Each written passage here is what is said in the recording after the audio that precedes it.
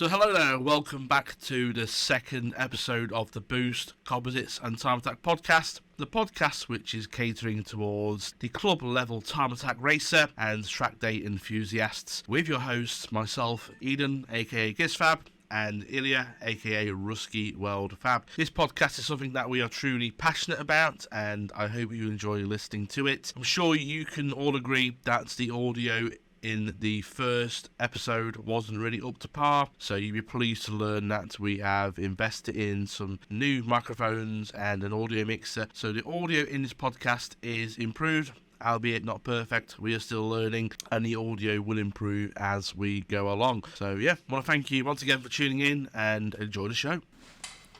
So welcome to the second episode in the Boost, Composites and Time Attack podcast. And as you can see here, we've managed to find another subject. Another victim for the podcast. And we'll introduce him. This is Andy Gray, who's been competing in Time Attack with us this year. And we've had a pretty good season this year, haven't we? It's just ended. And how did your season go this year? No complaints from me. It's been pretty flawless, I guess. You know, I didn't really know what to expect. I'm glad round 1 and 2 were at Cadwell, a circuit I knew because I didn't really know the format, the scrutineering, the going out in 15-minute sessions, the timing. I thought I need to behave. I'm now on an official event. I need to calm down, and everyone else is flying around me. And I thought, well, hold on a minute, I need to go a bit quicker. That was the point. So it was a good season. To say I wasn't going to do it at all, I was only going to do Cadwell, and then yours truly said, do a full season, get on with it. And I did a full season, and I'm glad I did. I've met some strange people, some awesome people. It's been great. Yeah, it's been good. I mean, Cadwell this year, obviously for us, it's 20 minutes away from here, so we're pretty blessed to have the best circuit, in my opinion, on the calendar. The best circuit. On our doorstep. And, it's questionable to be honest with you. It's not questionable. Park, I absolutely love it, but I don't know. Brands Hatch and Alton Park definitely have a space in my I'll heart. agree with you on Alton Park, but Brands Hatch, you can't compare. Anyway, we actually jumping slightly forward. Andy. Yes. Who are you? In a sense. Who are you? Yeah. Who are you? Who the hell are you? I say, what do you do for a living? How come you pick this? Basically the most expensive hobby there is. What do you do for a living? I'm a fabricator. I build cars and bits of cars. So it kind of makes sense to compete in something where I can make it, use it, test it, destroy it, see if it's any good in one of the most competitive paddocks there is. So, yeah, fabricator. Yeah. Okay. So, what's your weapon of choice? This year was the S14, good old 200SX, with the ever reliable, I won't have it any other way, I won't listen to anybody who says it isn't, ever reliable SR20, even though everyone said it's the SR20 DED, because they're normally dead. Yeah. This one was not dead, it was indeed fine all year with its 140 psi of compression and its Wu-Tang war whistle attached. So yeah, 200SX. Picture here of those of you who don't know. Yeah, and I will put the pictures in. I didn't put it in the previous one. Well, it was a pilot. It's practice. We will improve. If you see, I keep looking at the camera. Stop looking at the camera. I've been told not to look at the camera. So stop looking at the camera. As you can see, we've improved our game. Literally on the second podcast, we already have professional gear in place. I have no idea how to use it, and I keep looking at the camera. I really need to Stop looking at the camera. Yes. Okay. So, just going back to the spec list there, Wu-Tang war whistle, that would indicate that's a bit of a budget build. Just a bit, yeah. It's certainly not at the sharp end. It was a grand total of £102 from the Golden Shores of China. I have to ask, Wu-Tang? Wu-Tang war whistle. What is it? Chinese turbo. It's just basically an abbreviation for a Chinese Jeep knockoff turbo. Wu-Tang war whistle. All right. In this day and age, they are they would identify as a Garrett. Yeah.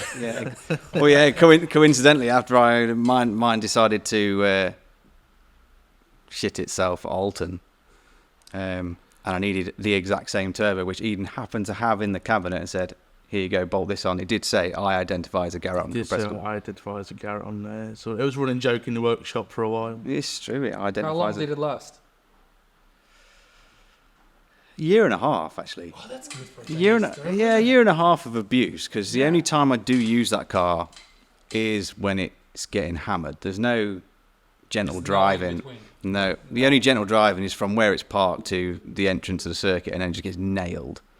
That's the way Constantly. The way it should be done. Yeah, the way it 100%. should Yeah, it is 100%. Especially on the competition car. If it's your daily that you kind of truck or whatever, because in Time Attack we have quite a few people who, not so much this year, but at least last year, they would drive to the track and then, obviously compete and then drive the same car back. And actually Dave from a podcast last week, he was saying that's what he did at the beginning. And as appealing as it is, you can't possibly... My spine can take it. Because No. always in the back of your mind, you're like, I must drive home and something. So you'll never send I it. mean, even though we're not door-to-door racing, what we're doing in Time Attack, there's still that What if? uncertainty. Yeah. Which unfortunately Jay found out at Snetterton. Yeah, bless his heart, yeah. Speak to Jay about that in the future.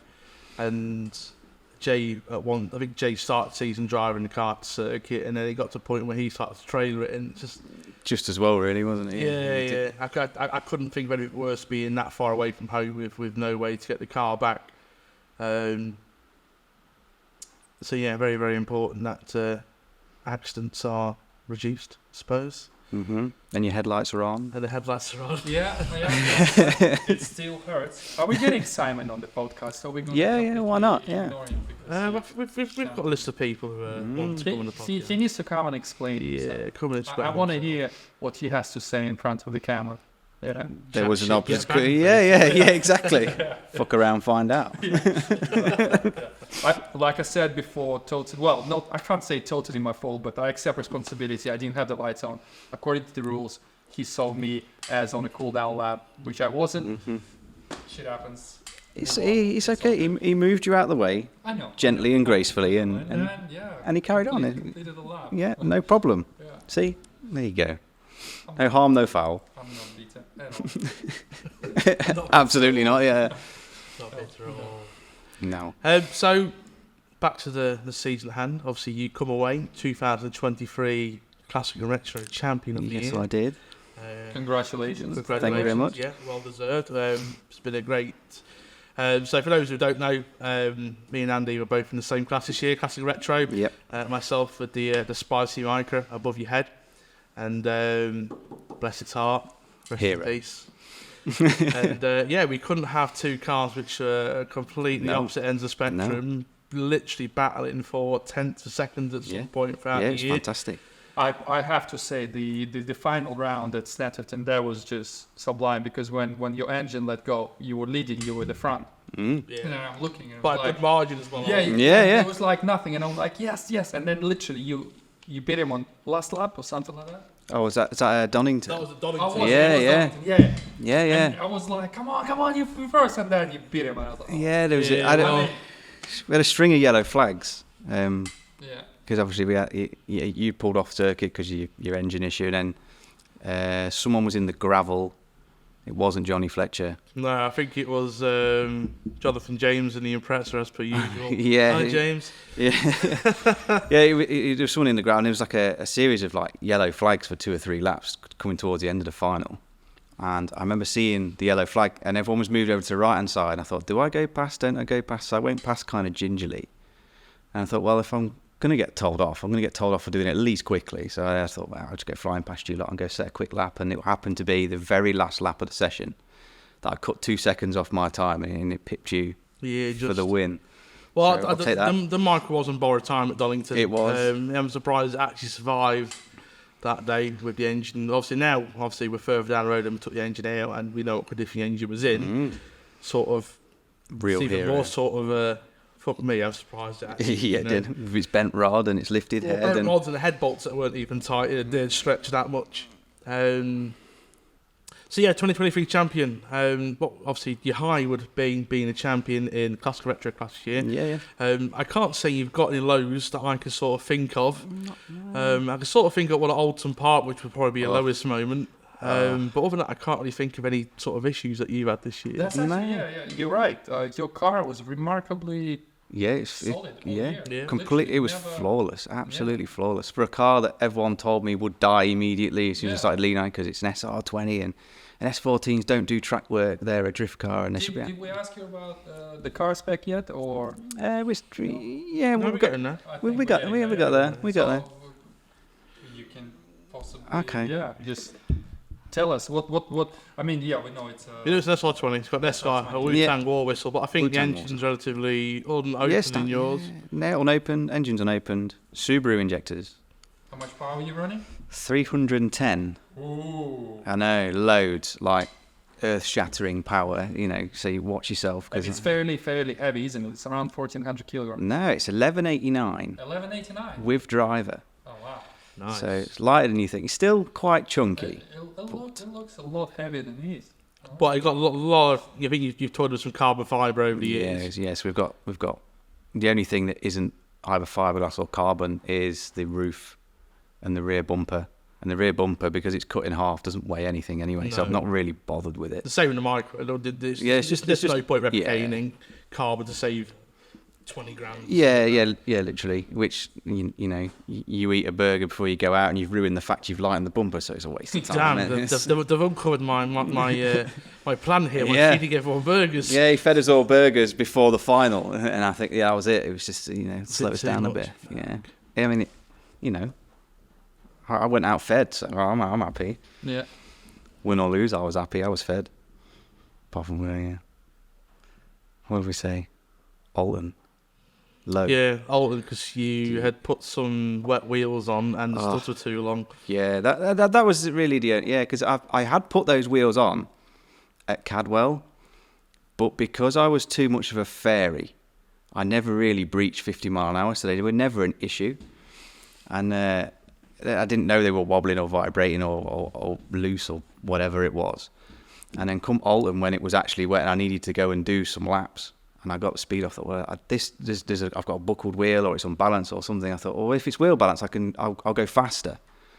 So I put my foot down and went a little bit faster, and the vibration got a lot worse to the point it started pulling the car across the track. I thought, well, this is like deadly. I'll give this up. So I went in for warm up. I didn't even set a lap time because I went out, nearly died. Came back in. The wheels were tight, so we thought, well, they're tight.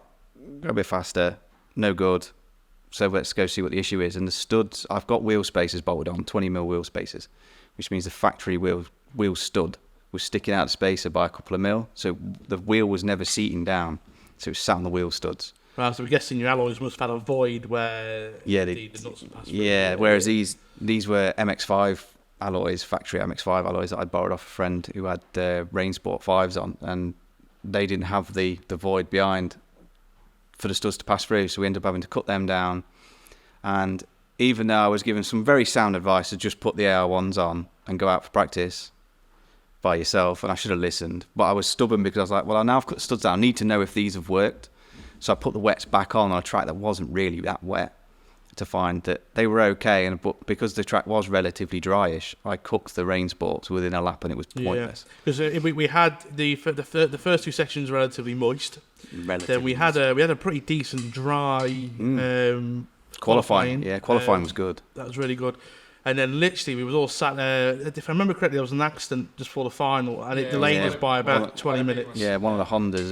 One of the Hondas had a bad accident, and if they had not crashed, we would have gone out on a sunny track. Yeah, we would. Yeah. I think actually for you it was still kind of okay. It was dry. Yeah. When we went out, that was already pissing down. I think just before they called us, it just started to rain.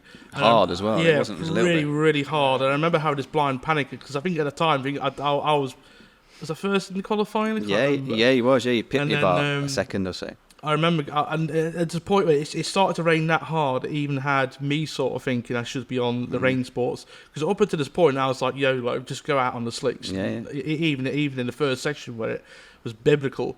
And then I remember I running up and down the paddock to see what tyres you were on, Mm-hmm. and I've got his name. Who's the guy in the Beamer? Phil. Yes, sorry, Phil. Mr. Ackley.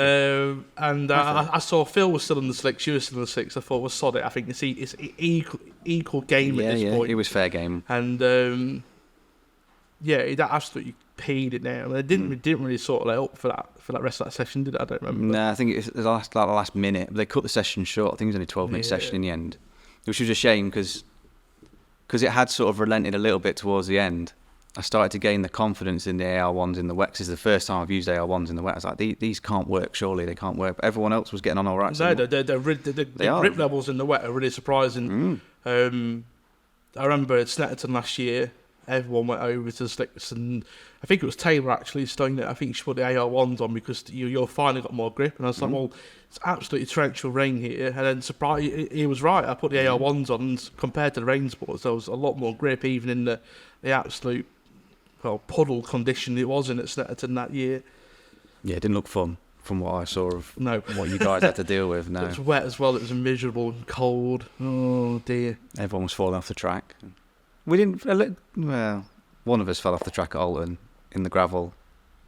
Again, Jonathan James. Bless his heart. You can't knock his commitment. He is committed into every. You can't knock his commitment, and I think I've only come off a handle of time in the gravel this year. Notably at Donington, where I went in a bit too hot on the brakes. Yeah, you straightened up the gravel, and then in the Civic, which is in a different car. And obviously, you just say if you're not coming off the circuit, you're not trying hard enough. So well, that sums my season up then, because I didn't come off once. No. I sort of think I've pushed hard enough because I've not yeeted the car into gravel at certain circuits. But at the same time, I'm glad not to have done to. You didn't want the gravel grabbing your wheels and flipping you on your side or anything daft like that. No, definitely, and then obviously not just destroying your splitter and stuff at Cadwell either. Tour de Fen.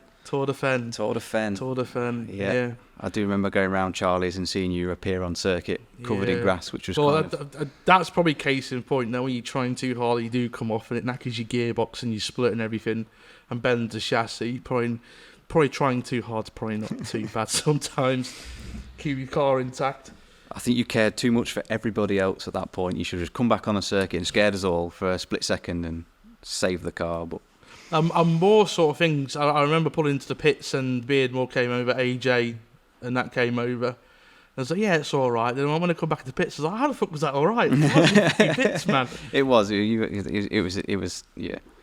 Even for me, going past at the speed I went past to see your splitter in what looked like Cartman's Smile. Yeah. I remember coming into the hairpin through Hall's Bends, and all the photographers are sat there waiting to take pictures. You come over the crest, and literally, I remember the clear day. Like everyone had the cameras out, like following the car, and I was like, something's broke here. Mm-hmm. I was like, why is everyone pointing the bloody cameras at my car? I've only ever seen one picture from that, so God knows where all the pictures have gone. You scooped up a lot of grass. It scooped a lot of grass. Yeah, doing Mr. Palmer a favour there. Yeah, exactly, yeah.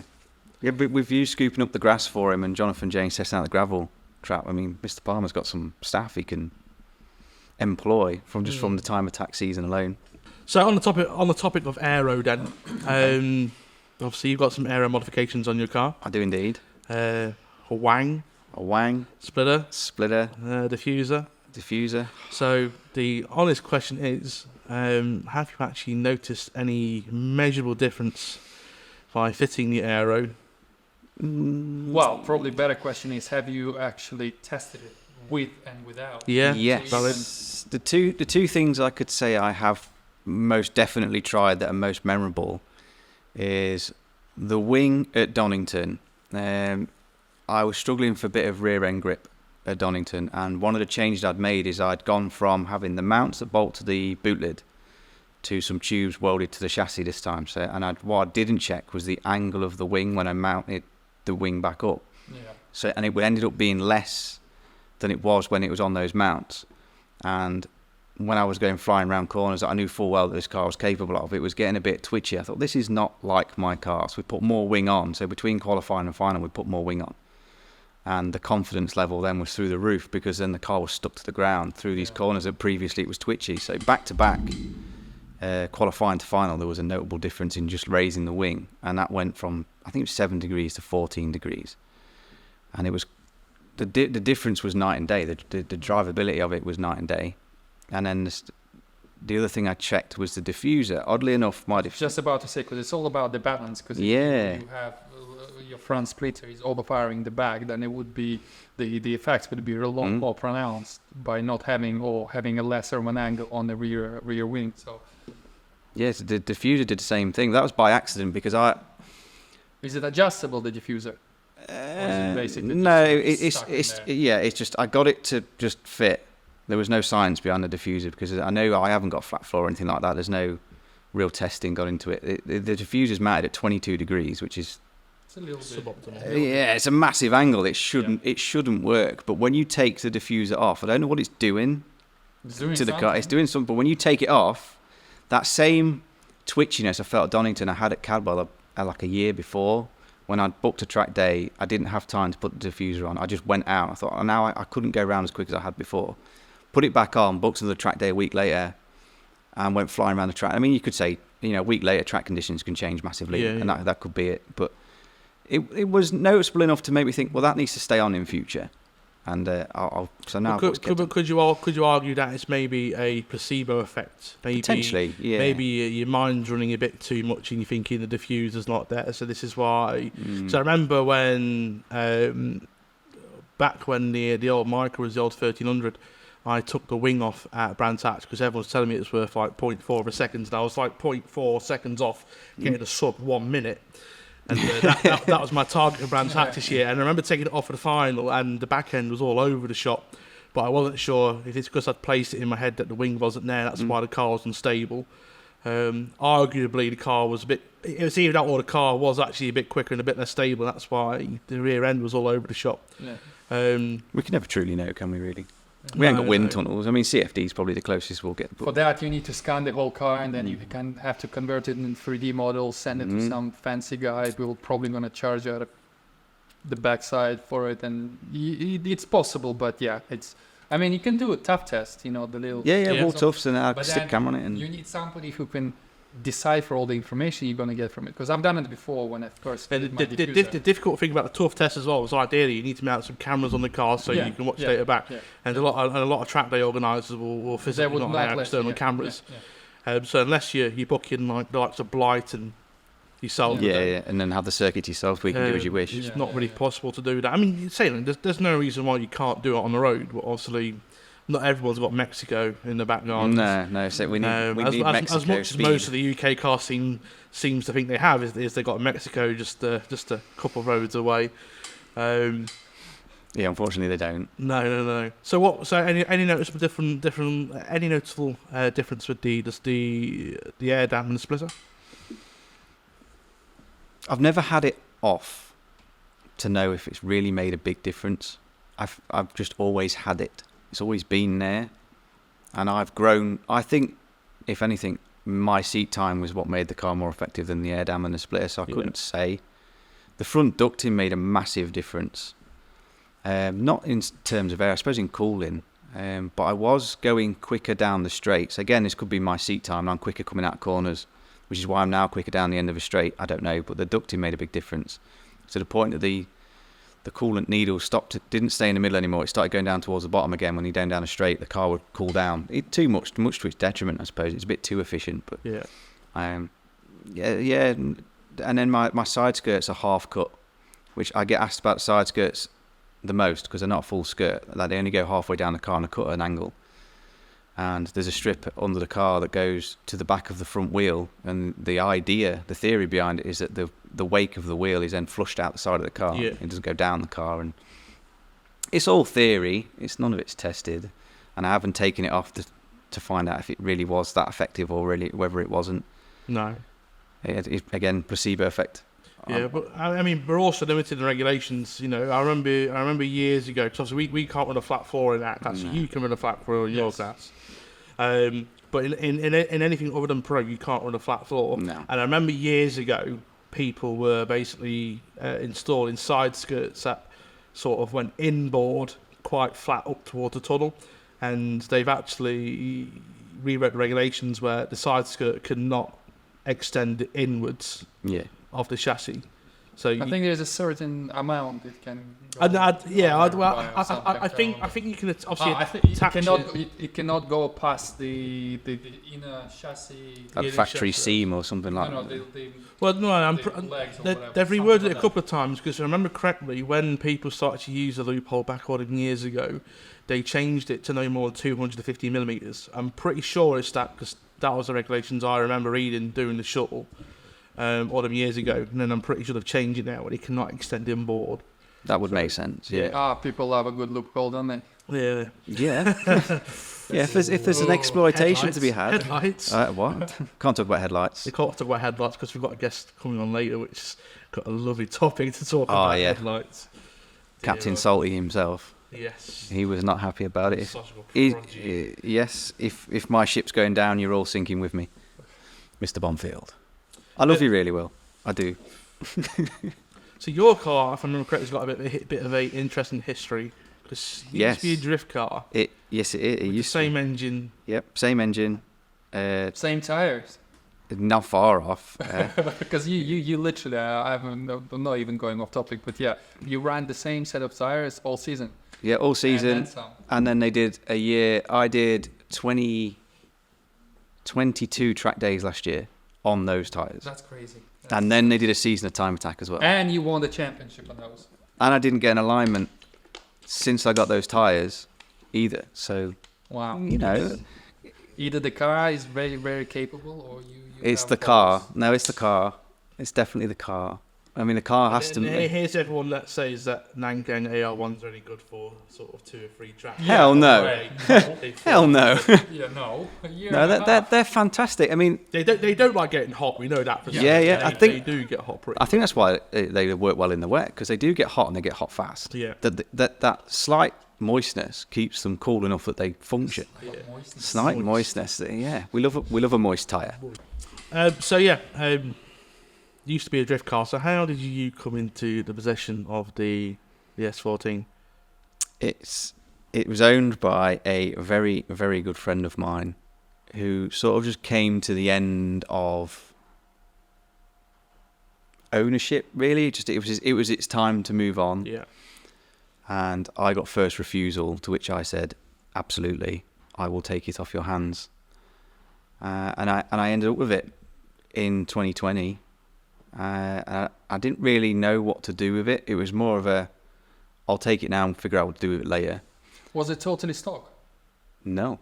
With it being a drift car, it had a welded diff, which went in the bin. So you bought it as a drift car? Yes, yeah. So it Matt, wasn't you who sort of decided to ruin it? No. Okay. No, I improved it. I made it like grip instead of slip. And Sure.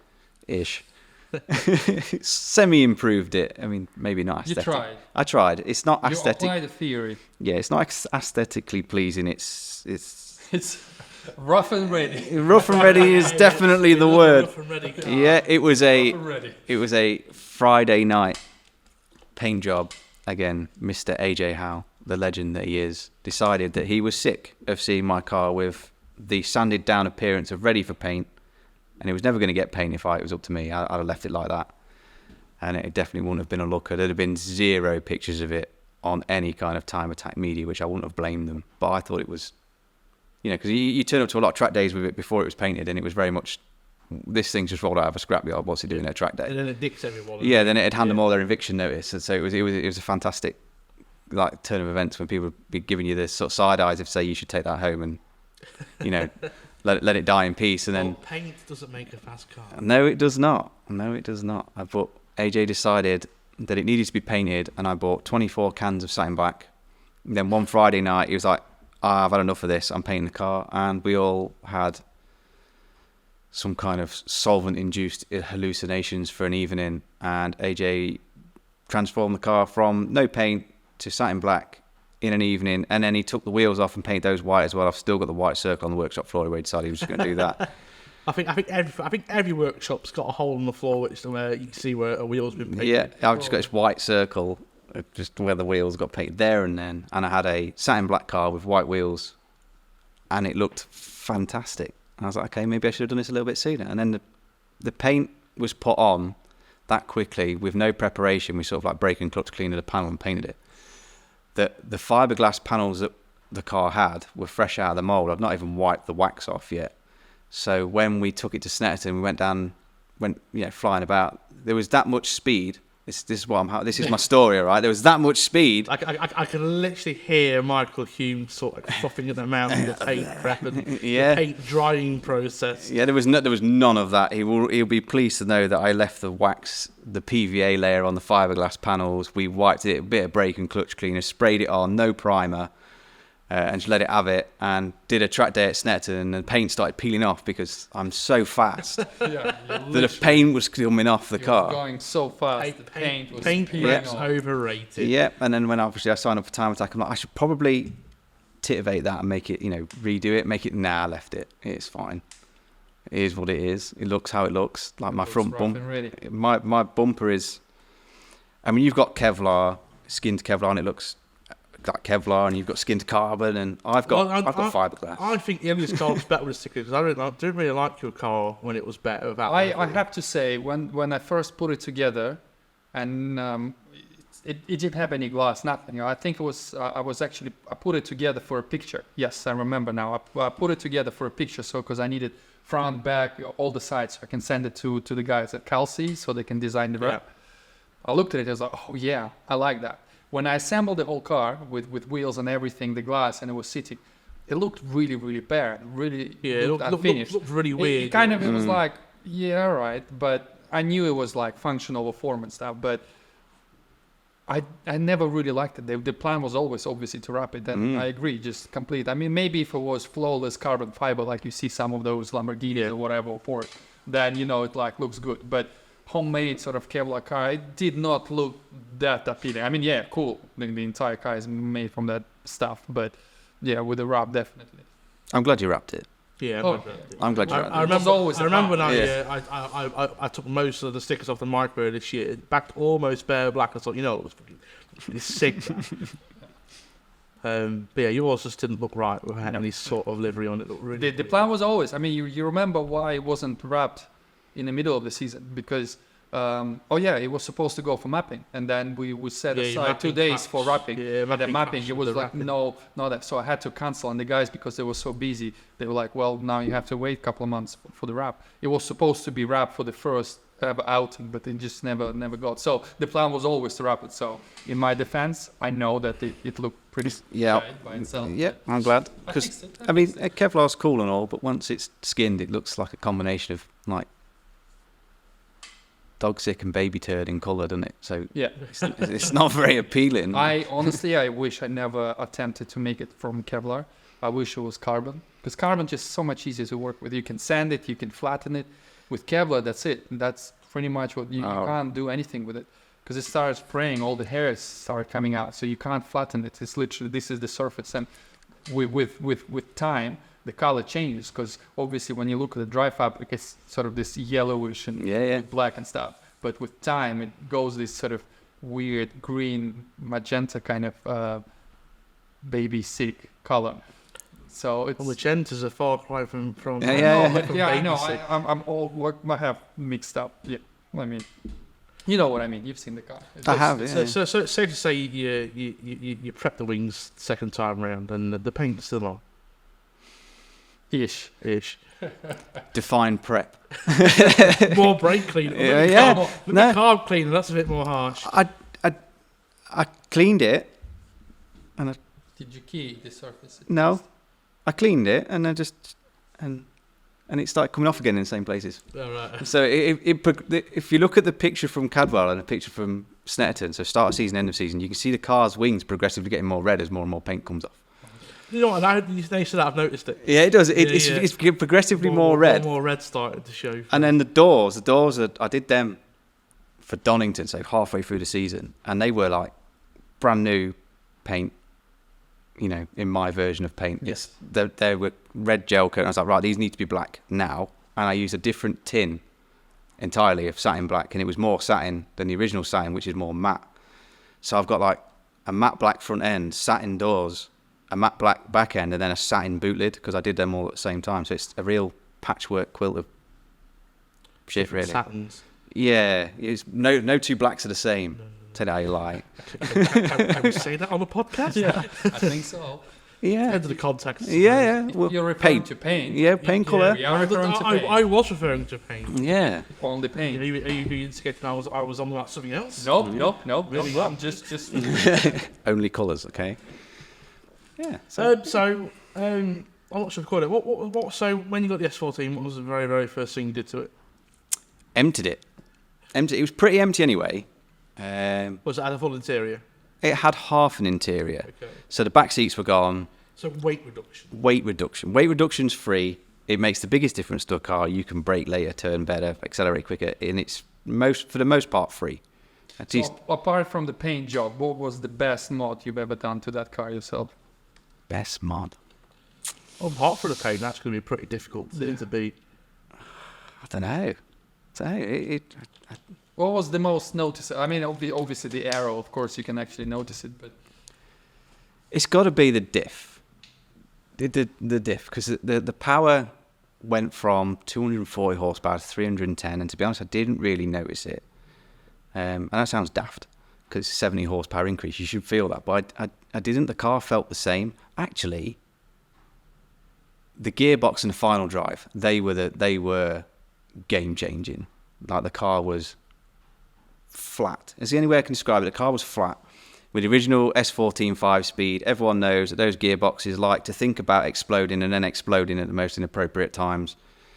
So I needed to change to a gearbox that I could pick up for £3.50 and get it immediately, rather than paying £5,500 and importing it from God knows where. so what gearbox is it running now?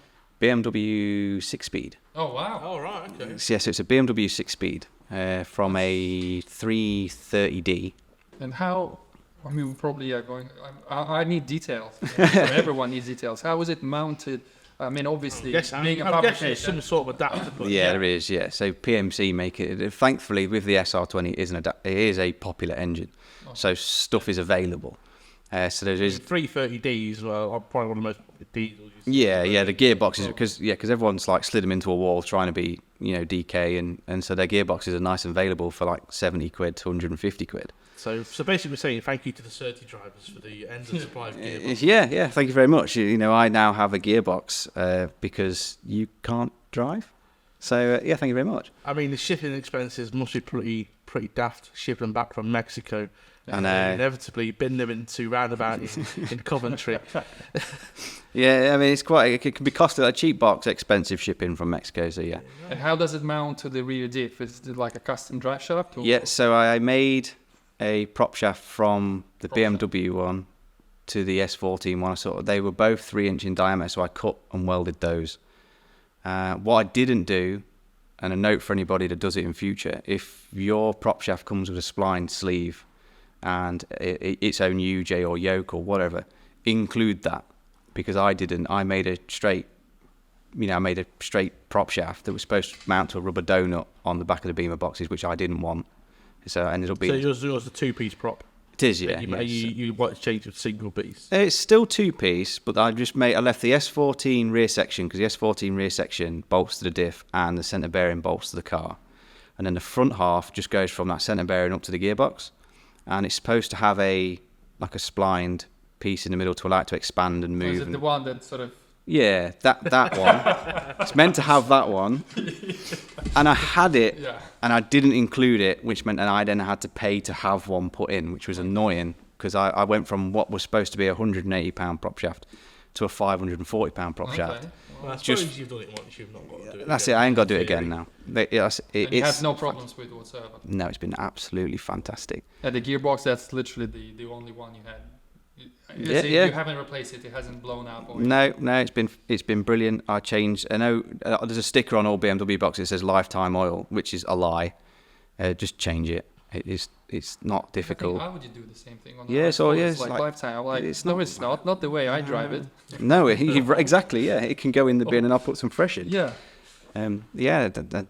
There's a reason they put a fill-in pole in the drain plug, so it's like... Yeah, you drain it for a reason. I mean, my Forester's got a second dipstick behind the intercooler. That's like clear as day. So Yeah, you know, if the you do. gearbox oil on the Subaru is obviously a serviceable Yeah, thing. of course But it like is, the lifetime. I mean, on the subject of that, you've seen these like new cars coming out now, like a fucking 5-year oil change on oil that's about the same consistency as mineral oil. No, thank you.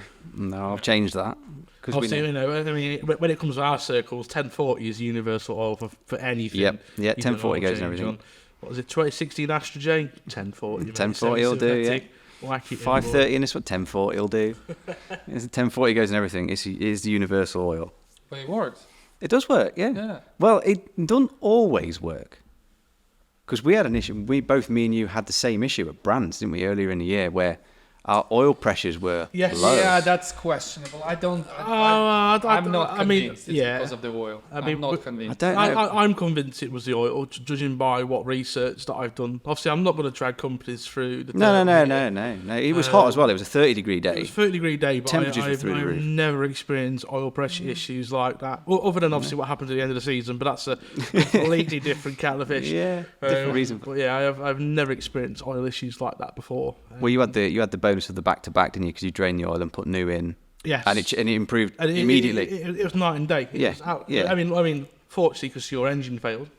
Yeah. Yeah. That's You had some Motul 300V 1060, Yes. and I swapped out the they will not name the other motorsport oil that I used in the mic for that weekend.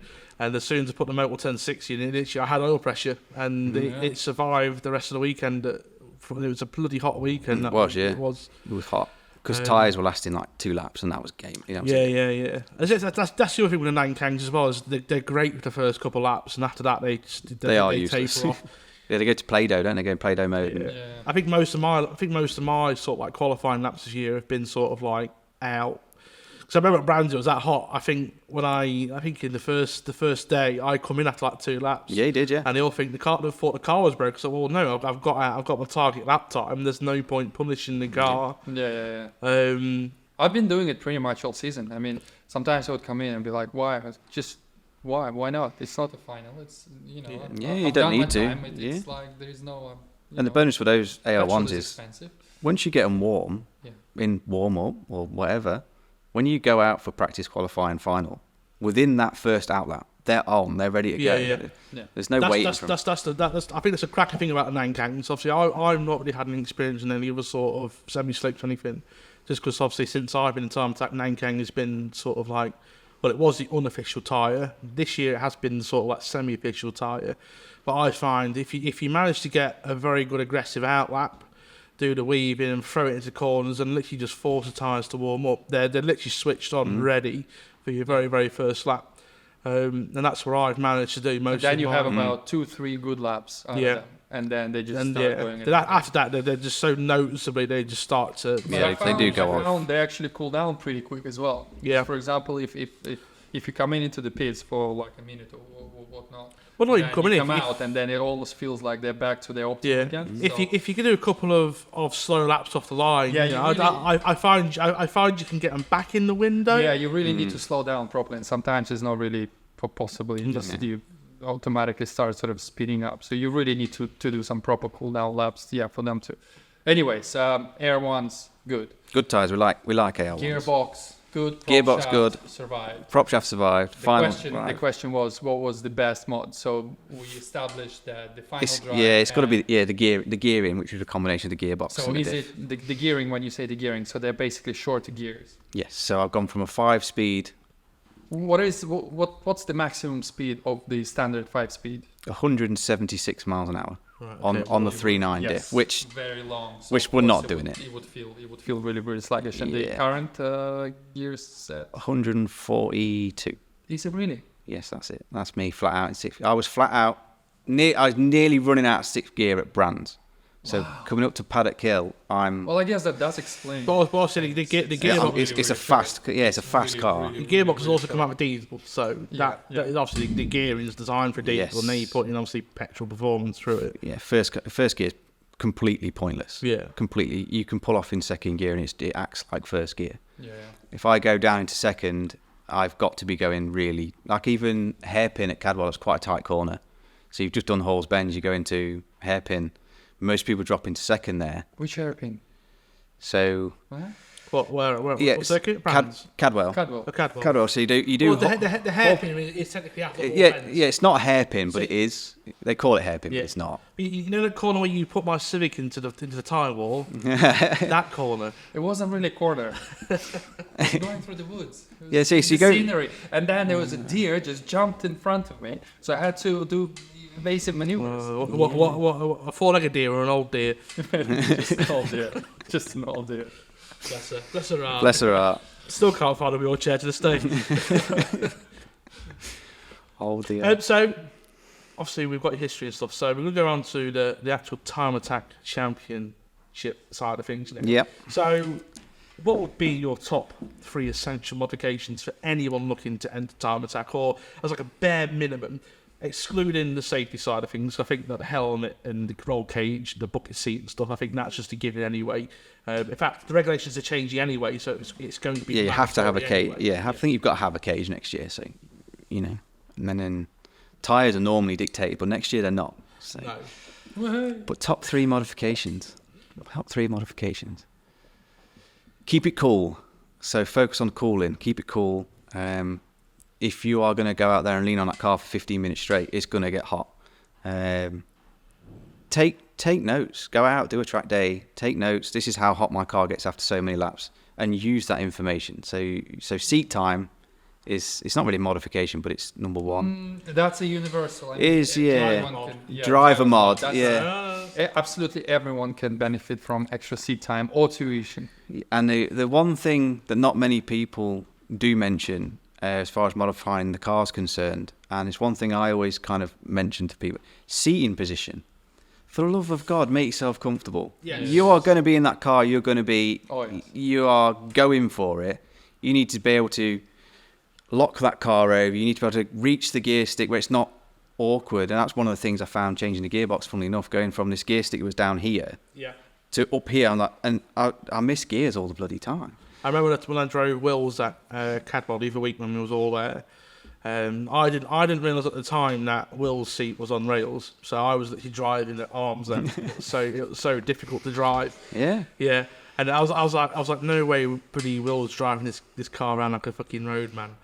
No, he slides it back to get out. No. Whereas but seating position is to get comfort. You make sure everything's where it needs to be in reach. Obviously, I spent a bit of time on the mic and make sure I'm not reaching. My arms sort of like the gear sticks here. That was funny enough. That was essentially the one of the main reasons, aside from making it light and fast and better, for me building the new Clio, because obviously the cage, the way it's built and all the Clios, is you sort of go right where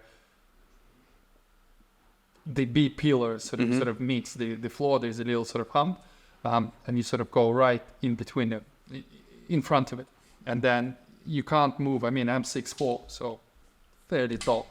There was no way physically impossible to move the seat any more further. And obviously in a small hatchback, my legs were always sort of really, really high up, so I could never sort of properly stretch. So it was always quite an awkward position. So the new one was obviously the cage went all the way to the back, so the seat is all the way at the comfort's back. king. And because I can sort of, obviously everything is custom, so the pedal box is custom, the column is custom. So I made it so it always, even set it, and it feels really, really sort of.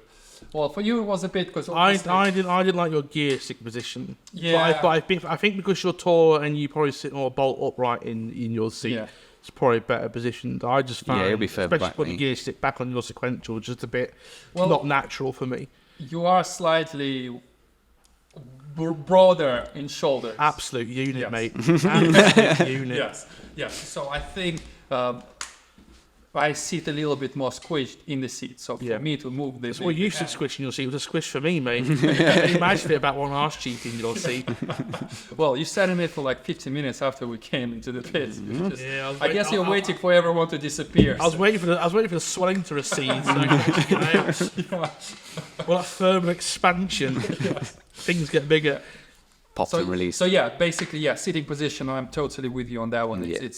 It's really, really, really important because, again, I'm going into this tangent again. I was driving David Lawrence's Civic in Club Enduro, and at the time, Did it have a rails? I think it did, but obviously it was a little bit too high for me. So not only my head in the helmet was constantly sort of touching the roof. Yeah. It was always kind of, there was no room for it, but I always felt like That's what your passenger side felt like when I was in. Yeah, and I was always super too much forward to the thing. I mean, the gears, it was lovely. It was like right where it is, but the steering wheel, because for me, when they say you're supposed to sort of put your arm, and I think it's this one on the your wrist over the wheel. I prefer that it's much closer. I really prefer so it's like that. Sort of a laid back. Yeah. So you kind of more forward, but it's much closer. So yeah, it was really, really uncomfortable. So yeah, I'm definitely with you on sort of driver comfort position. It's absolute sort of it's a. Well, if you're not comfortable, you're not going to perform to your best. You're not going to send it. You could argue that being comfortable in the car is essentially of a driver aid.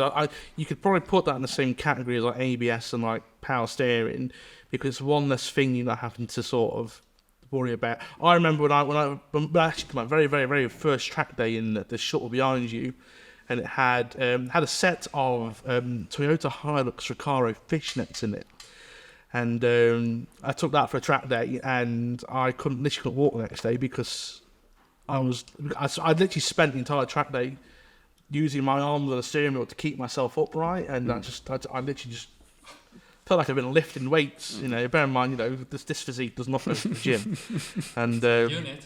Yeah, absolute unit. So one less thing to think about. Bucket seating position. Yeah, seating position number one. What's your third advice mod thing? Shed weight. Yeah, get rid of the seats. Get a lighter. Yeah, get a lighter battery. To the point.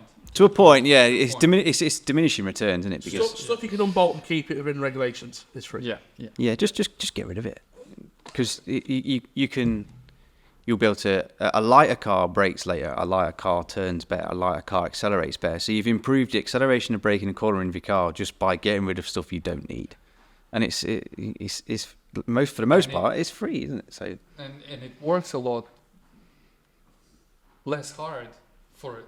So yeah, exactly. Yes, engine's got an easier time. Yeah. It all round making the car lighter is just. It's a win-win for everything. So yeah. But don't take too much weight off the back. That's what a lot of people make that mistake, and they make the back so light that. Because it's usually easier to take things off the back. It is, yeah.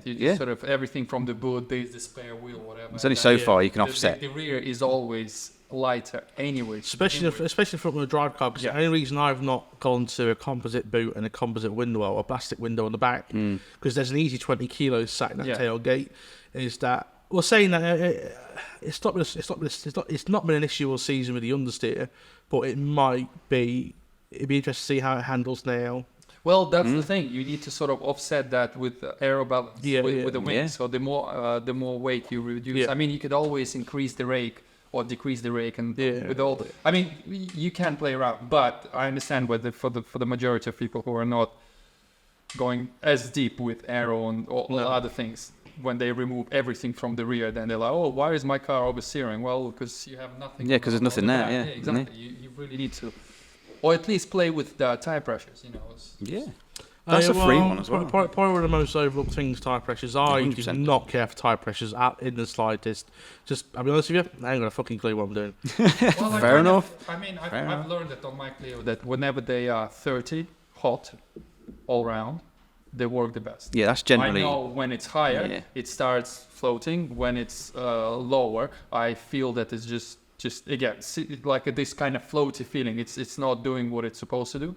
At around 30, that's why whenever Rob or whoever else is doing things, I'm like, I want it 30. So I hit them up, and then they reduce it to 30, and then I basically carry on those. But saying that, Chris, who does all my alignment and everything, when I did a truck day support race with him, like his training stuff, basically he was there with me for a full day.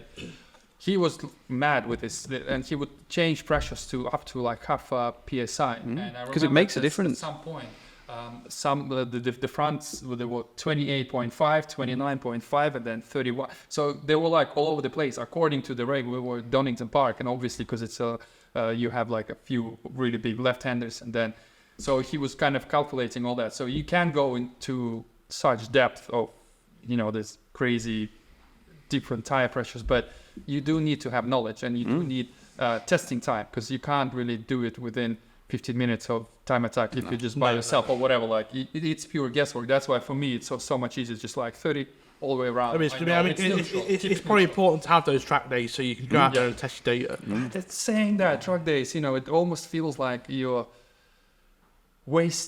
using up available lives of your competition car, because if it's just a normal track car, you kind of like whatever. But for me, it's almost like I count hours of runtime, and you know that once you reach, let's say, 15 hours per se, that you're kind of, it's down for my first 2 years. I did all my testing and shakedown was literally at time attack, so I did not have time to take time out of work, go to track for the day and test the car. Saying that, the car was never in one piece to be able to do that anyway, because I was swapping engines pretty much every other session.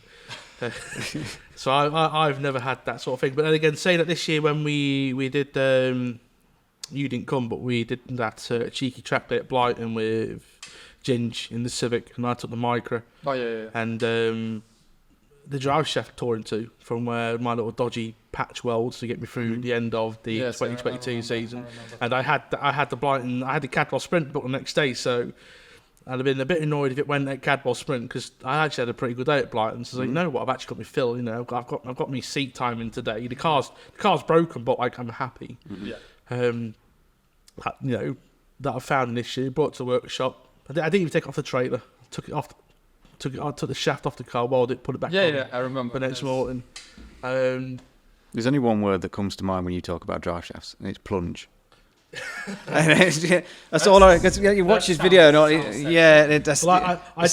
dare say that the plunge depth has been an issue that's in my car for a while now. That's ingrained in my mind. Whenever you talk about drive shafts, all I think of is plunge. Like when you had that drive shaft issue at Snetterton and Mr. AJ again, what a champion. I think we're going to be mentioning him at every single we're going to have podcast. We're going to have AJ on, because AJ's got the sorted today. Love you, AJ. We love you, mate. It's top man. Seriously. I mean, to be fair, AJ was probably going to be part of the last question anyway. So we'll reserve our love for AJ towards the end. So going on, like, I don't know. We have a question about built or bought, but you built. probably would say built. Yeah, it is built. Well, it's built, but then some of it was bought, because I bought it as it was. So like the coilovers were on it, and some of the drift stuff that I sold, I shouldn't have sold. I mean, like I sold the roll center correction kit and put on some standard track rod ends, and that was a stupid idea, because I just wanted to, because I didn't have the right adjuster at the time. They come with 3 different lengths, and because you can buy longer arms for these things, and you have like 93 degrees of camber in a drift car for some reason, and I don't understand the logic behind it, but there must be a reason. And these lower arms are 40mm longer, and this roll center correction kit was also longer, because obviously the hubs disappeared out 40mm, and I brought some standard arms and brought the wheels back in, but then that meant the roll center kit didn't work, so I got rid of it, and I put some standard track rod ends on, and it was a mistake really. I should have waited, because if I'd looked through the box of bits, the roll center correction kit came with various lengths of, the bit in the middle, I don't know what's called, the turnbuckle, I guess. It comes with various lengths. I could have changed it. And roll center is very important. Roll center is incredibly important. Roll center is very extremely important. As someone that's experienced the difference it can make. Yeah, it's huge. It's huge. But not everyone can make a kit like this man can. So. Well, enough about this man. We'll get into it. Yeah. Okay. But I like this man. He's good. So, where are we on my list of questions? I thought it was a weird question, but Ilya thought it would be a valid question. Oh God! What's your mindset if you? And I think it's going to be an important question for a lot of people. Just read the question. That makes sense. God damn it! You don't need to rephrase it. No. Context's important. Context's important. But for him, it would be almost irrelevant.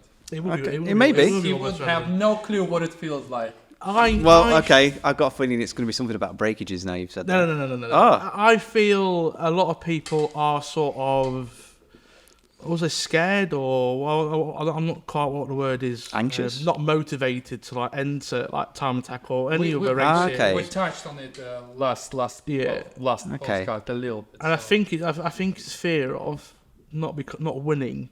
Yeah, winning isn't everything. No. It is, and it's coming from me. I know. It's not everything. It's not because... So what the question is? Yes, so in other words, how does it make you feel when you don't win? Obviously, you've won 7 out of 8 this year. I know. So, difficult. But I think the deeper part of that question is, I believe... I think the question goes incredibly deep because a lot of people. It does. A lot of people I speak to about why do you do it? It's my car's not ready.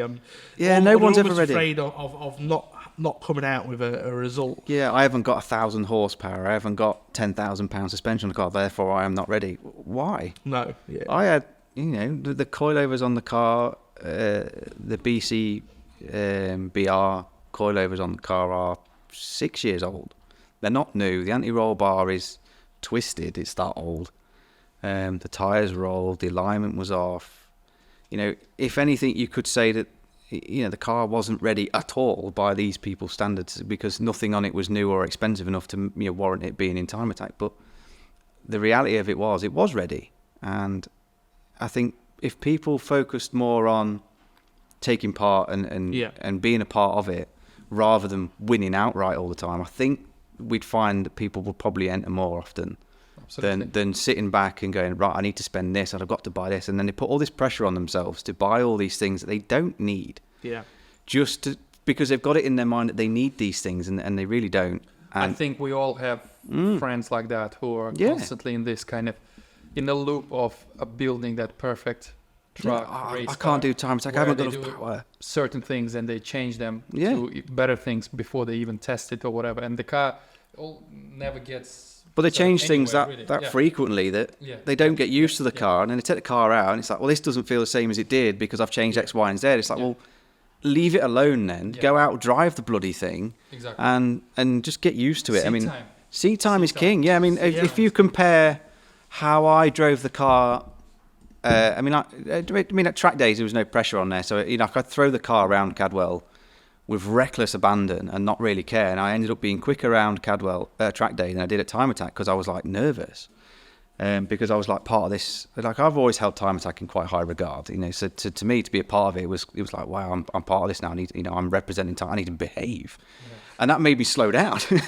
And then I was like, no, I need to speed up. I'm at time attack. I need to go fast, and they just couldn't compute. And if you compare how I drove at the start of the year to how I drove at the end of the year, the different, and the car's not really changed. It's got a bit lighter mid-season. I shed 30 kilos out of it from the start of the year to the end of the year, which isn't life-changing.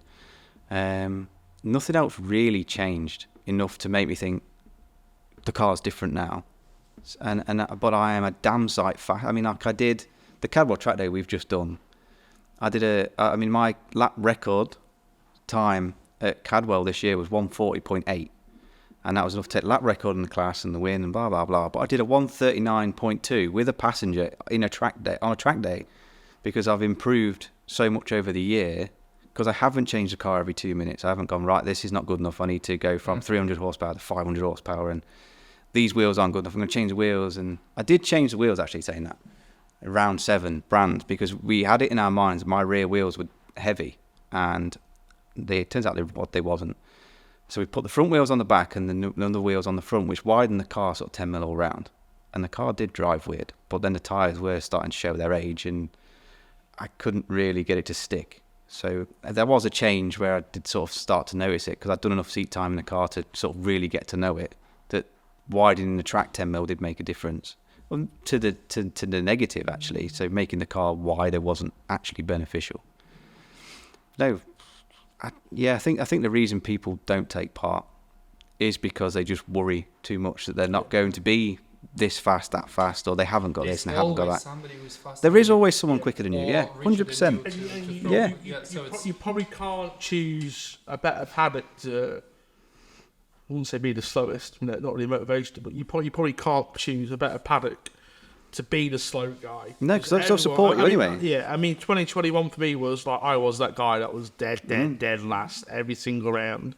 But you probably couldn't have found anyone with a bigger smile on the face. Yeah. Like you said, I've always held time attack in high regards, and it's the championship that's always been for me, because you can build what you want to a certain degree within certain limitations, but at the same time not have a risk. Well, probably not so much in your case, but without a risk of being shunted in the side of the corner or something, as if you was door-to-door racing. And I think the question here is just take your car on, take your shit box. Yeah, don't matter what it is. Just pull a bucket seat, harness it, and just go drive it. Don't fret about the 300 horsepower turbo build and the 4 engines to begin with. Just get out there, compete, and then just develop the car as you go along for the year.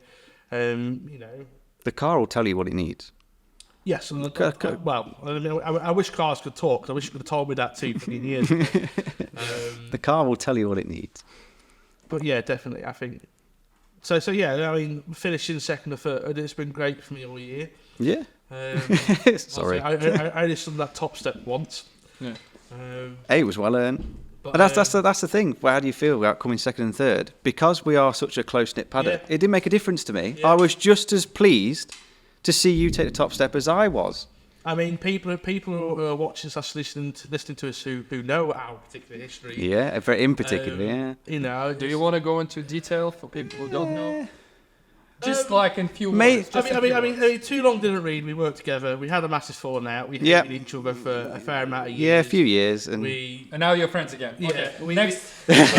We unexpectedly booked on the same day, track day at Cadwell. Yeah. I was there. You were? I took you for a few laps back then. And then we sort of shook hands and just sort of like washed the last 5 or 6 years underneath the rug. Yes, did you? It's been the fucking best thing, I think, I've ever done in my life, to be honest. Yeah, because I see you roll up to a track day, and I remember you driving by, and it's like...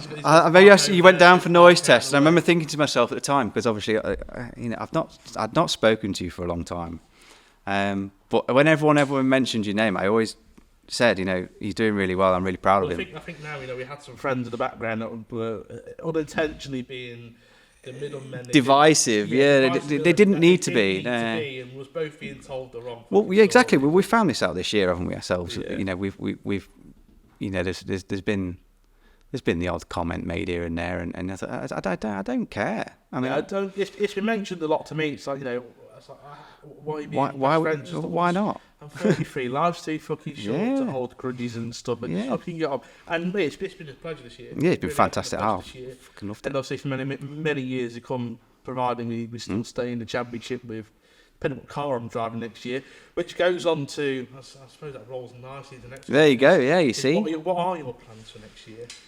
What are like that, do you? Professional. What are my plans for next year? Now, this is quite ironic because I've just said don't do much, just get out there and drive, get used to it. But I am changing everything. Fucking everything. Yeah, so the aero package is going in the bin, and it's got a new one. The engines, it's not going in a bin because, I mean, it works. It works, but it's getting changed. The internals are going to be completely different.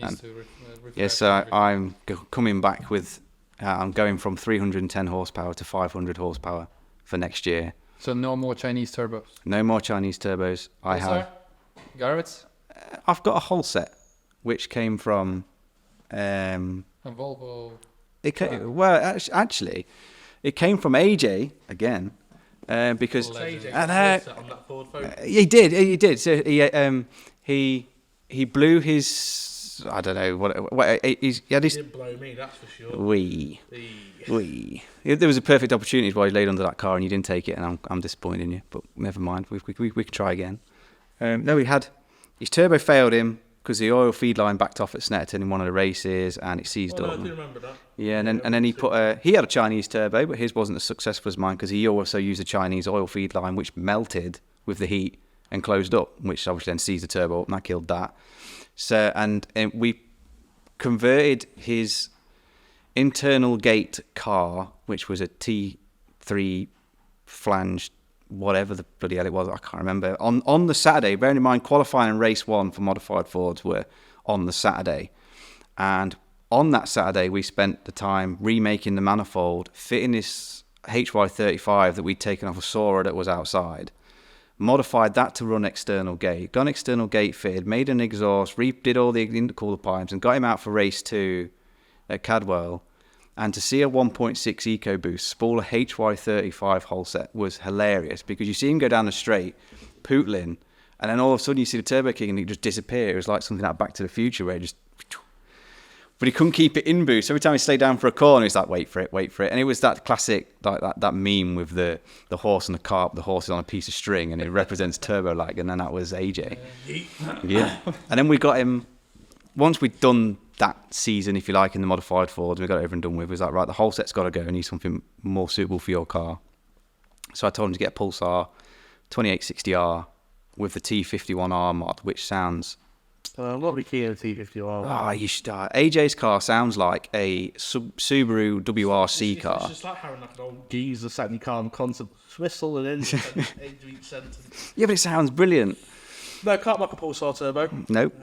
No, they are a partner of the Spicy Micro, but yeah, cracking unit. Yeah, fantastic. It's not done AJ any wrong whatsoever. It's been brilliant. What are you doing with the car then?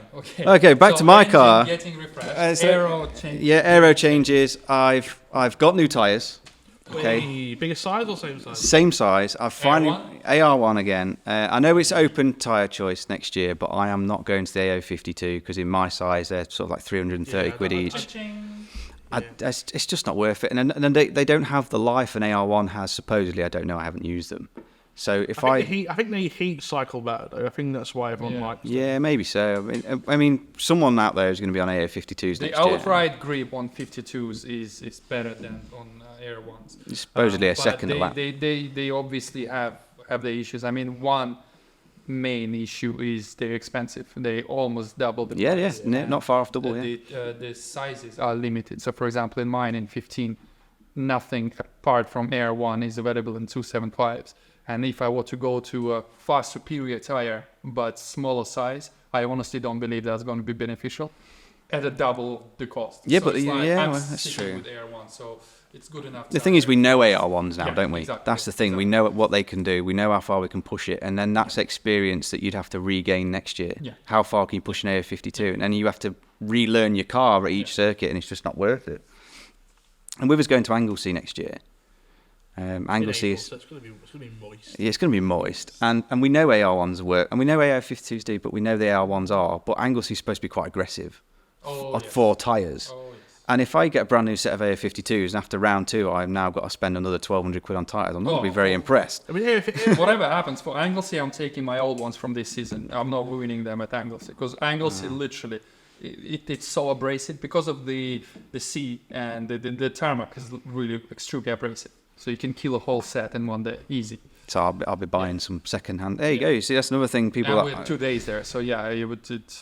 Yeah, I'm going to buy some second hand because it's common size 255 40 17 mine's on. So I'm going to get spare set, and then I might just go out on the new ones in the final only, where it matters. If I'm that dedicated to it, which if you take my track record this year being dedicated to it, I probably won't.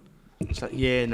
Yeah, that's been my attitude all year. I mean, like brands, I was asleep before the final. Stop touching the I microphone. know what happened. I cannot see this because of depth of field. So moving the hand and the feet. Excuses. And I just did that because it just did the perspective anyways.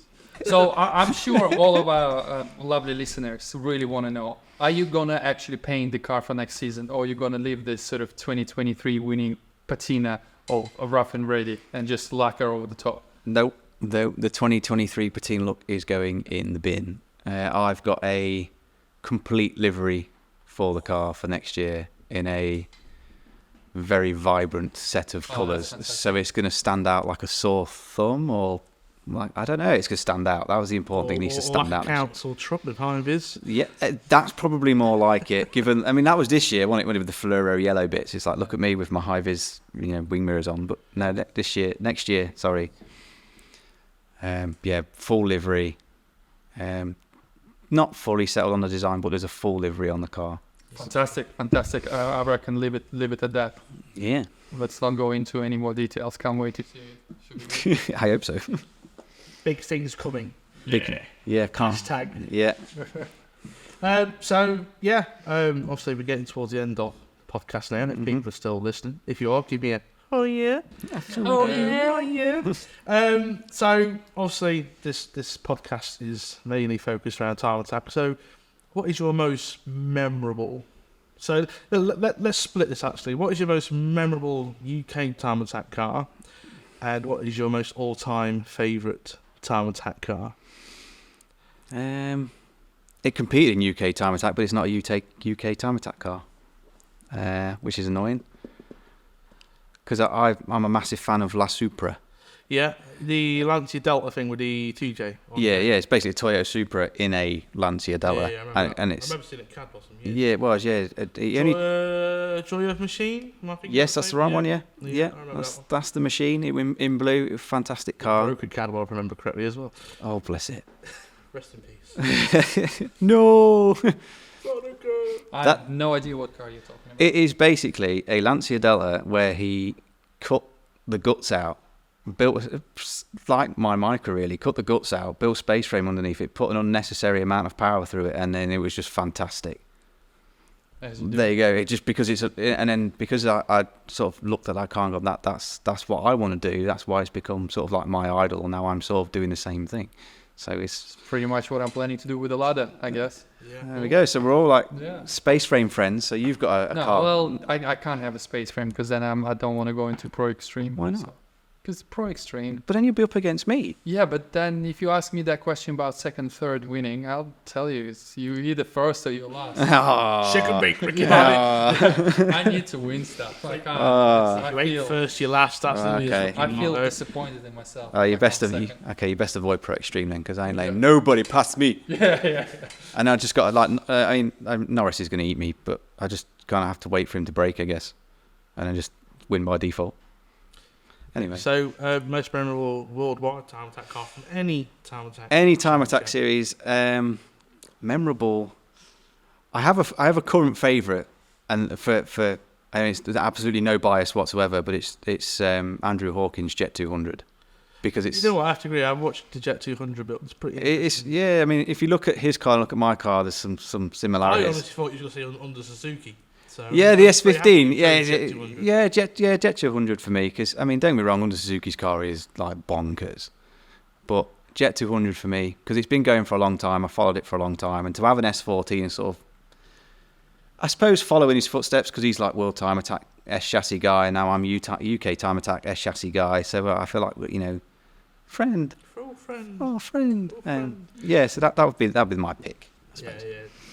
I do watch Motive Yeah. channel. I do watch the updates on that. I can't watch most of the stuff, but I do like, especially like the World Time Attack stuff.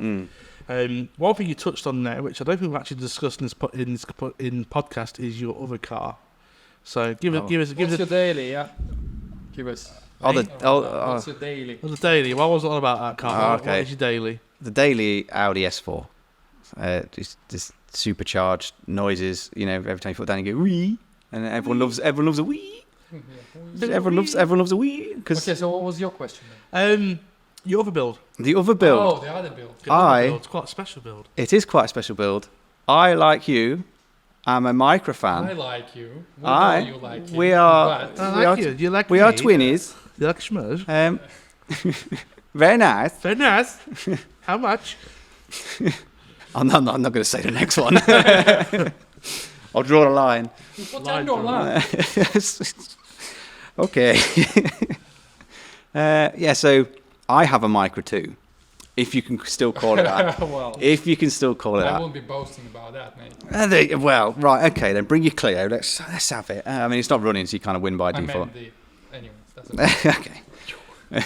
Yep, definitely one of them. So I have a Micra as well.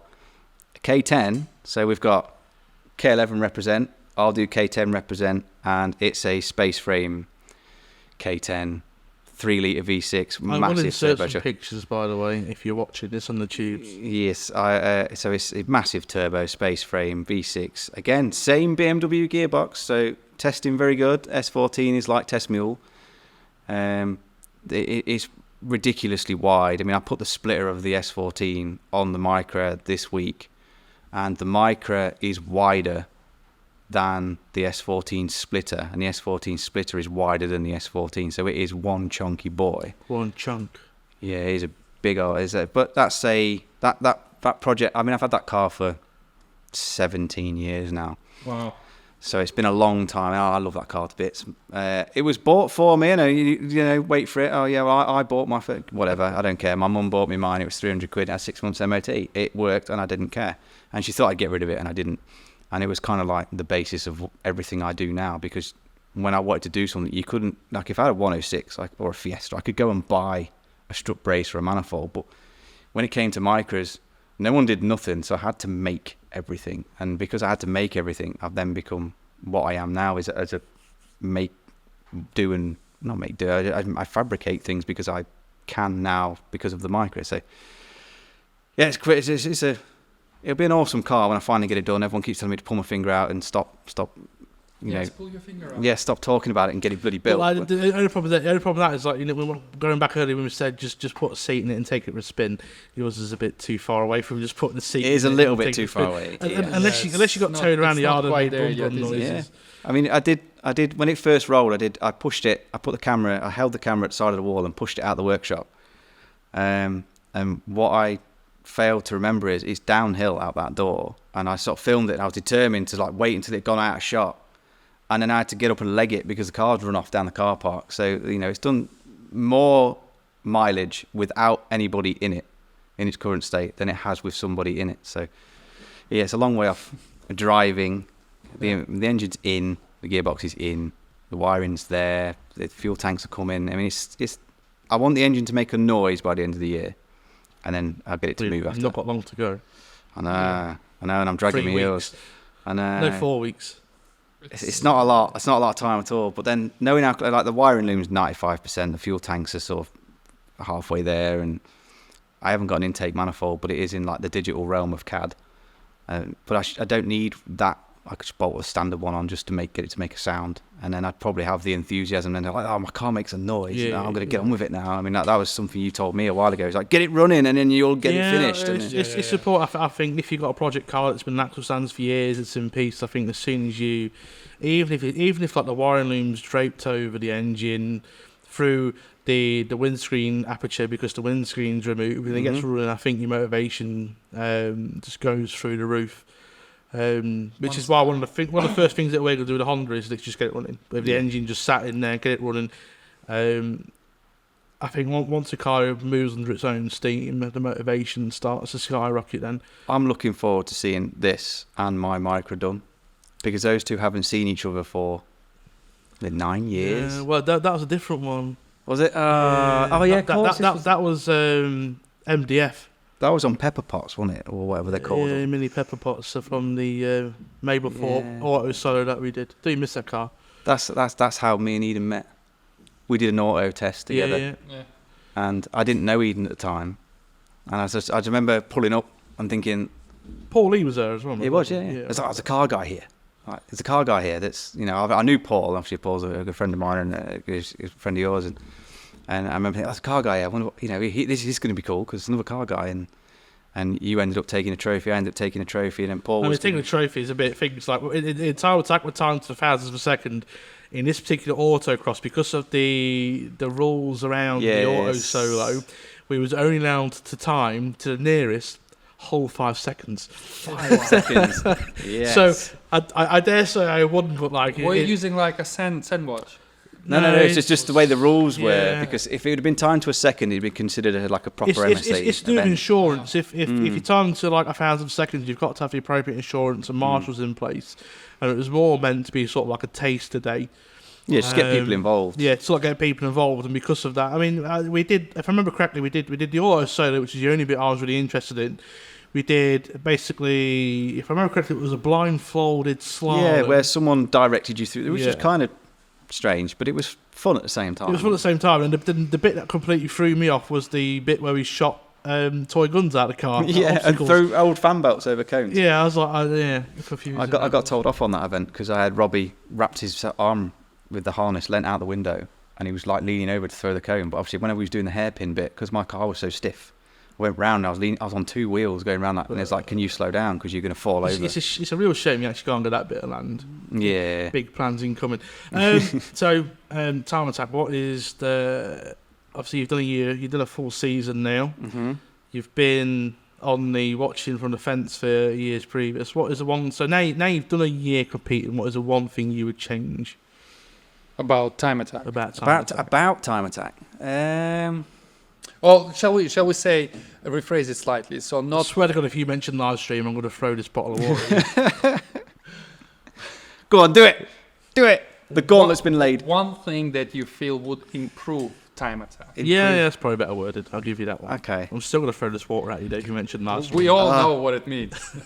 Well- we all know what we want. I don't want water thrown at me either. So, I mean, Well, to be fair, it's empty, so... I ain't opened mine yet. So, I'll sort that out. To be fair, you haven't been a part of time attack I've not when yet. it was live stream. Yeah. So Yes. you don't Oh, really fuck know. No. live stream. I ain't been a part of it when it was live streamed. So, the only reason I'd say it should be live streamed is for the benefit of everybody looking in. They can actually, because you can't travel to every circuit to watch it. No, it's not. It's not as if we've got the pull of F1. Yeah, Yeah. we don't have that kind of crowd. We're not Kim Ilman. Yeah, if you want the crowd, I mean, it's good for sponsors, partners, and whatever else. Because if I mean, like you guys have quite a number of sponsors, and you've got that. Yeah, well done. Because I know I My ass is sore though. yeah, I can. You I well, barely sit down. well, you got to pay them back somehow, I guess. And then some people have different ways of doing it. But I actually carried a small bottle of lube with me all the time now. Pale Just- gingers Oh, need not apply. Hi, Daddy. oh no, all I can hear is Kate Bush again from Brands. So for people looking in, if you're looking to if you're on that side of the fence where you're sponsoring the event or partnering the event, it's great exposure for you and your product and your name, your brand. I've done it as a business this year with my business name on the car. I mean, I know you guys have your names on your car. We do it to get our name out there. That's why we do it. Other than competing and enjoying it. So you are saying live stream? I am. Right. Okay. I am Next. without actually saying it. Aside from the live stream, Aside from the live stream, anything else? Is there anything else they can improve on? What Stop. would you like to see? Stop shortening my sessions. Yeah. Stop. Yeah. Yeah. I mean, Stop it. stop it. I mean, if the Honda crashes, the Honda gets a short set. Don't punish me. It's not my That fault. is pretty annoying. Because I got, we rent outlet. I mean, it is what it is. I know they've got timetables to run to, and they do a fantastic job of doing it. I mean, I don't know how they did. They didn't run a minute over for Brands. I don't know how they did it. I mean, it was I fantastic. think they hadn't. No, there was ones. We were ahead of time at started, if I remember correctly. They hadn't had 10 minutes early. Yeah, it was crazy. They did a fantastic job. So as far as the organisation team, fantastic. They do their bit. Stop shortening my bloody sessions because like Alton, I was knocking a second off a lap each lap in qualifying. I was like, I'm gonna get you, boy. I don't think you would have got them. And then in the end, I with the newness of being on AR1s in the wet, I didn't have enough time, and that 12-minute session really hurt me. And had it have been the length it would have been, maybe the result wouldn't have been different. But for me, the time would have been different. So aiming at it next year, I would have had a better time to aim at. Yeah. That's the thing you got to mention for I'll throw back to the people that don't want to do it. Just do it anyway for yourself, and then you've got time to aim at next year. And if you're not first, if you're still 5 seconds faster, you're still 5 seconds faster than you were. If you ain't first, you're last. Ricky Also, Bobby. I feel like I need to mention this. You don't have to do a full season. No, you don't. You single round Do entry. one round, and Yeah. with the single round entry, the rules are so relaxed. You don't need to have those special lights at the back. You don't need special. No, you still need a license, I think, but you apply online. So they had to change it. Yeah. The only thing you don't need is the rain light. Anyway, single round entry, you do that, and you compete, and then you see Yeah. if you like it. And Yeah, get a taste for it. Get a taste for the pretty paddock. much everyone I know who did a single round entry ended up doing more than one. Yeah, I think Mark Roberts was one of them. I think he only intended on doing Cadwell, yeah, and then he ended up doing a full season, and I'm glad he did. Loved it. He loved it. But it helps him out. Best paddock. So Yeah, 100%, yeah. Paddock draws a lot of people in. Yeah, because I think that's about it. I think that's pretty much last of the questions. So before we wrap up this podcast, You probably kind of already did thank yourself because you were sponsoring your own car. But do you have any other sponsors, friends, sponsor anyone else you would like to thank? my pit crew. AJ Howe, yeah. Yeah, my pit crew are fantastic this year. If that's what we want to call them. Yeah, AJ, Tom, Lewis. Oh God, who else was there? I feel like I've just forgotten everybody that helped me out. But George, Neo Tyre, who ended up being. It's okay when you're being put on the spot. Yeah, it's easy to forget things. Yeah, I forget the sponsors, even though you kind of you make videos about that. Sometimes I'm like, who did I miss? And you always miss somebody. So yeah, don't worry. Just say everyone who helped. They did, yeah. As long as you apologize on the camera and say, I'm sorry. Sorry, I forgot. Yeah. But I love you. I love you long time. But I love you long time. Christmas card. Yeah, that's it. I'm gonna fucking Christmas cards now. But they know full well I really appreciate it. Even though I am or can be one Mardy diva, like Alton, I was a miserable bitch. I was hard work. Also cold and wet. I mean, I got there late. It was raining. It's cold and wet. You put camping in, and I'm putting a tent up in the rain, and I'm going to sleep in a wet tent in a wet sleeping bag. Yeah, that was not nice for you this year. No, and I wasn't well. I'd done too many hours at the workshop, which was a fucking stupid idea. I'd done too many hours, so I was tired, and then I was wet. Then it made me ill. And there's my racing driver's excuses for second place Alton. All right, so that's them all out there. Accepted. Yeah, but. Whatever, man. If it wasn't for those guys, I wouldn't have been there at all. And I thank you two as well for being very welcoming and encouraging me to go. Well, you encouraging me to take part, be a part of it, making me feel like a part of the crew, part of the ship. I just wanted that crew / team this year, and quite happy that we achieved that. Yeah, we had a good knit of people. Yeah. Obviously, the fourth member changed in between rounds. Yeah, we had Radu stand for a few, didn't we? And then we had kicked him out. Yeah, we kicked him out. Then we had AJ twice. We had AJ. We had AJ once with us. Yeah. Was AJ at Alton? Alton, yeah. He did. He was with us anyway, so. Yeah, he was there. Yeah. I meant his car. Yeah. And even AJ, same round, still working with other people's cars. Yeah. He was, yeah. Yeah. He's because his car was flawless, wasn't it? Yeah. Well, he had one drive shaft issue. And because he keeps having CV boots come off. I think it's a front-wheel drive car thing. I don't know. And he just filled it with grease from his old CV. He bought a spare drive shaft, emptied the CV grease out of that into his other one, cable tied it up and sent it. Yeah, he's good. He's a good old boy. Fantastic. There we go. So yeah, I think that's it. So I think we've waffled on long enough. Yeah. Thank you very much for those of you. Oh, steady again. Anyways, so we got I think this one is still working. This one is still working. We need to improve our game a little bit. All the cameras need. I mean, the audios are definitely improving. Hopefully, if this is recorded properly. But we definitely need to improve our battery situation because this thing is already on 1 bar. And anyways, guys, thank you very much for those of you who watched the entire episode. If you watched only half of it, still thank you. Don't forget to subscribe. Definitely like this video. Share it with your Nan and auntie or whatever. And Andy, thank you so much for coming. Thank you very much for coming on. Welcome, boys. You've thank you for having me. Thank you so much for in-depth answers to the majority of questions. I try. We'll see you guys on the next one. Yeah. Goodbye. Goodbye for now.